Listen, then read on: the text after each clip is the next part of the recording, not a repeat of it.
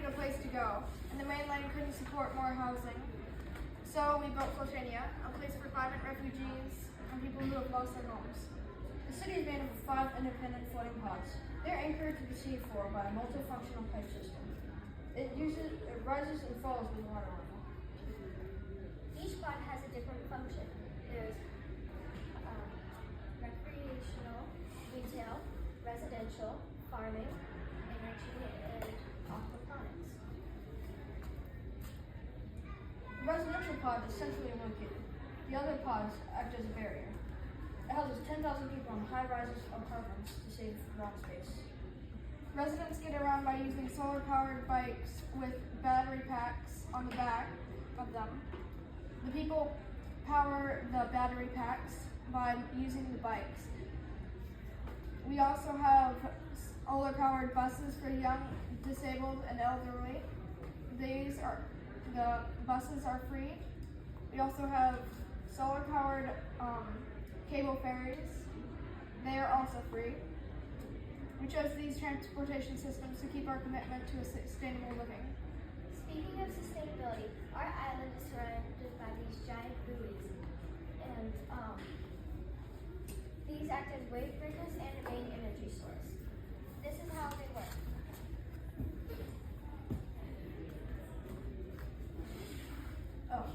Our wave energy buoys work by using the energy from the waves, moving up and down. This powers the city.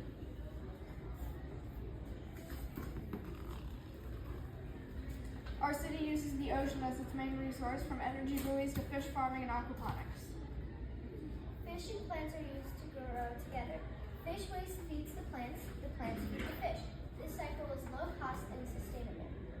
The fishing industry is one of our largest industries, besides engineering.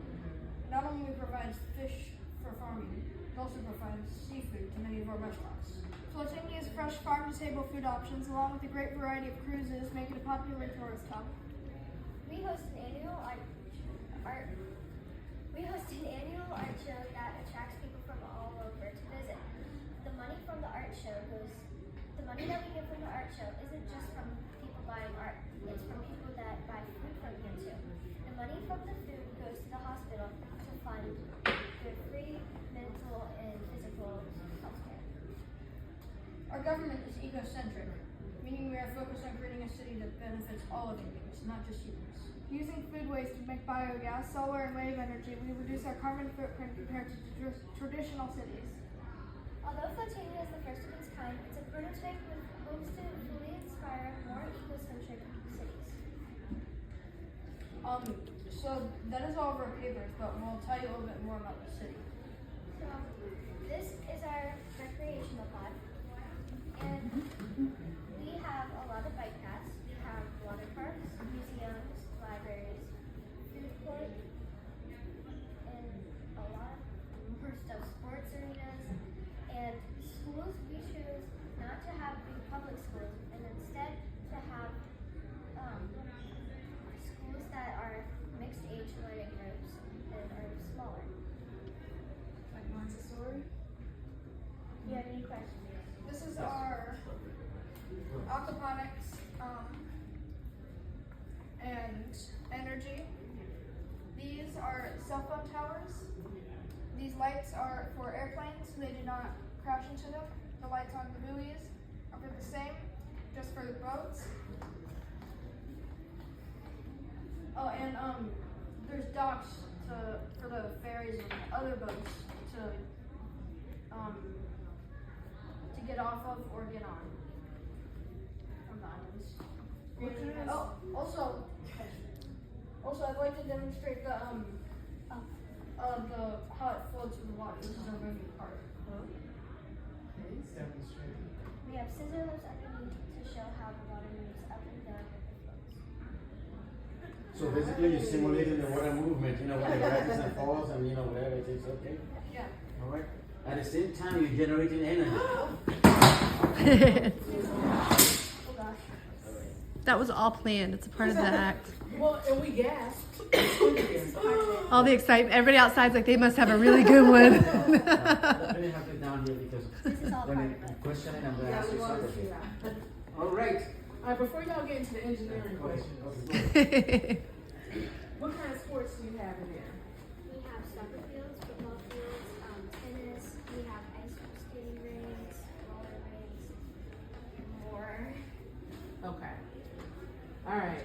Right. Thank you very much for your presentation. Yes. Thank you. And the points are good job. I think you have a very unique energy generation system here. I have not seen any of these before. That's why I'm an engineer. I'm very interested in this unique energy conversion system that you have Oh here. yeah, may I say something real quick about the energy conversion system? Okay. These are Boys? yeah, the buoys. We Yes, found the about, buoys, yeah. we found about them when we saw this video on buoys that Swedish made called Core Power. Yeah, and they go up and down with the water, and we were inspired by that idea to use it in the city. And the energy from there is basically what you're showing being converted right there. Yeah. And They you, also act as good for okay, so basically you are gonna have quite a number of these boards to generate enough energy for your. We just didn't have enough. You just didn't Or have we enough didn't to want go to around. make even more. Okay, understood. Also, Understood. we don't fully rely on the buoy energy. We also have solar. Understood. Also, and if one pod sinks, say this one sunk, we would not lose all ways to farm. We would still have the rooftop gardens. Yeah, you see how you have some of did you mention solar also? I think you mentioned solar? Yeah. Okay.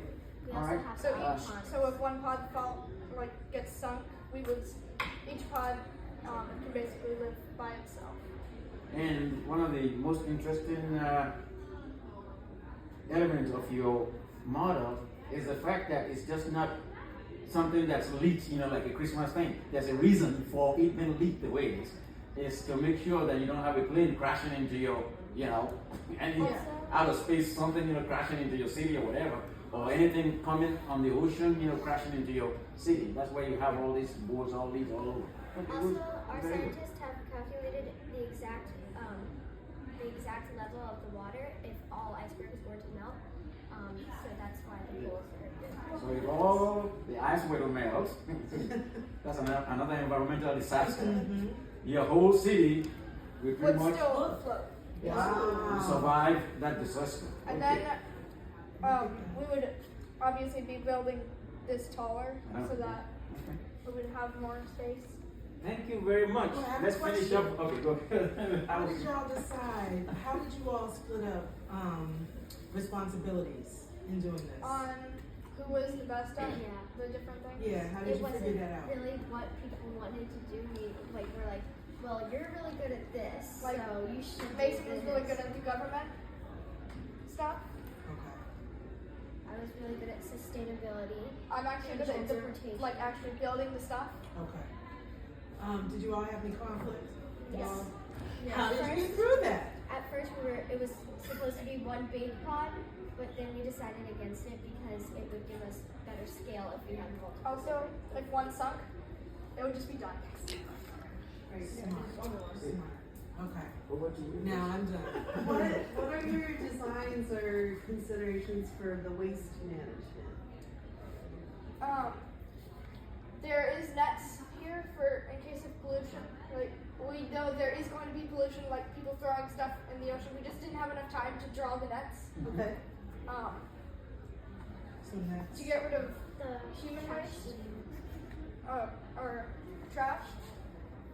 We have this part that has an algae that converts the trash into biogases. What was that again? Algae. I don't know. That's okay. I know it exists. I just don't know exactly what. Pretty much Yeah, that's my it's goal. trash and generate something from it. Will the Yeah. biogas also be energy for your city? Maybe. Yeah, biogas is a source of energy. For water, these are the water tanks. They suck up the water and they can flow through them into clean water, and it also collects rainwater. And filters them too. Just to be clear, you won't be drinking turtles. And also, our scale is, like one, oh yeah, it's on the front.